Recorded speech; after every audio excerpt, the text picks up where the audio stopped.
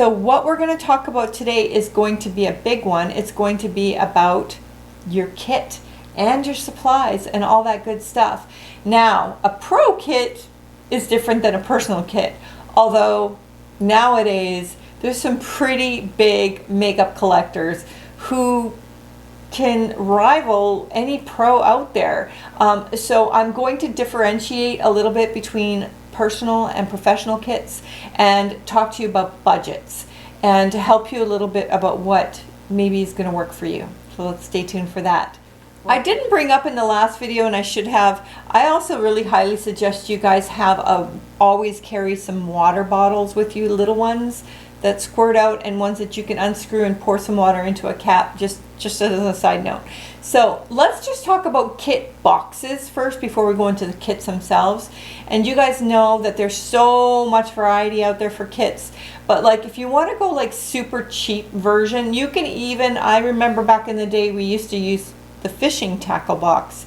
Was super awesome for putting our kit and supplies into, and then we got more into anything that was like rollabout, and those are still really popular, and they stack. There's a million different kinds, and they roll, and they have little handles and can you know, maneuver and angle around.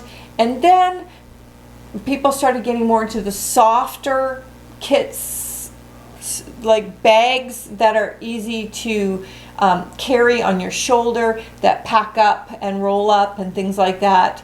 I have some with me here. They are clear big bags. I'm going to pull one out so I can show you guys. Alright, so I'll show you sort of an example, and there's different sizes. I mean, we carry them here at Boomx Beauty, but you can get them anywhere. And like this is an example of one like great little kit bag. This is like brand new out of the container, and you can see it's got nice little compartments, and it's inexpensive and easy to kind of like pull together and carry on your shoulder, and you can carry a few of them so that you can put, you know, maybe your skin, maybe your foundation, maybe your lipstick in different bags and keep them separated and contained. The reason I like the see-throughs is because the black is great, it looks chic and everything, but I like to see what the heck I'm dealing with my products. So having clear bags is an option for you.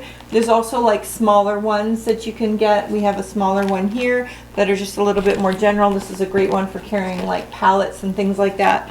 So whatever you end up choosing, the prices can go anywhere from $10 to $2,000. So like the variety is insane. Going to a beauty supplier again is another option, and any other product lines that are pro product lines usually carry some kind of kit and case with them, but be careful because sometimes they can dupe you a little bit, making the kit seem like it's super awesome, but it's not that awesome. So just keep that in mind when you're deciding upon your kit box and your supplies and things like that.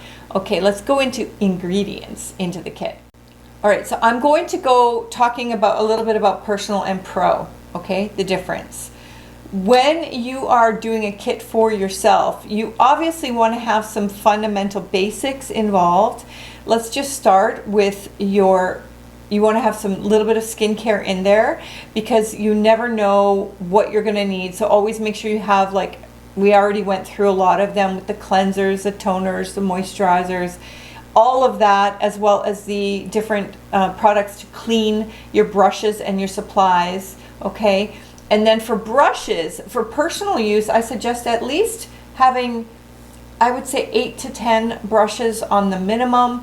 And as a pro makeup artist, you want to have probably at least a couple of sets of 18-ish. That is my suggestion as to what is minimal. And then there's no maximum because things can get crazy from there. And then we're going to go into foundations. So for personal use, for foundations, I suggest any person have 2 to 3 different shades of foundation, a little bit lighter, medium, and a little darker, so that as your skin changes throughout the year, you're able to like mix and match and change, and you also can like makeshift that for contour if you needed to as well. For professional use, I suggest having anywhere between 9 and 12 foundation shades on the minimum, and the very minimum 6. The very, very minimum. You need the very lightest, you need the very darkest, and then a few in between.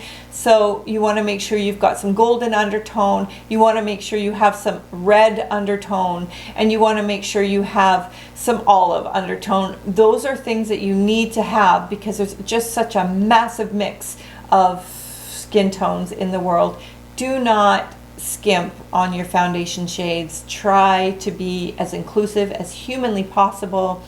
And if you want to talk about textures, you know, whatever texture you enjoy using, if you're going to just go generic and wonder what is this going to work for most people, go with more of a satin based foundation, and that you will be able to work with most people on.